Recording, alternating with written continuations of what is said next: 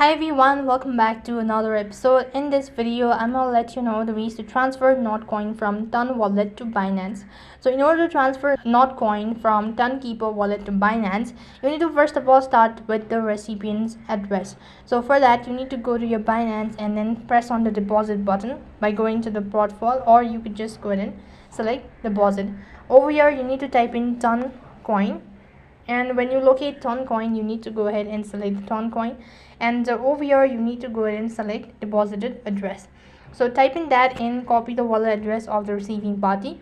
When you're done copying the wallet address, exit out of your Binance and then go ahead and log in into your Tonkeeper wallet. So over here, what you have to do is you need to go ahead and locate Toncoin.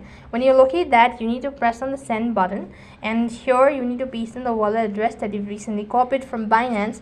Paste in the comment, enter the exact amount, all of that, and with that you'll have successfully transferred Notcoin from Tonkeeper wallet.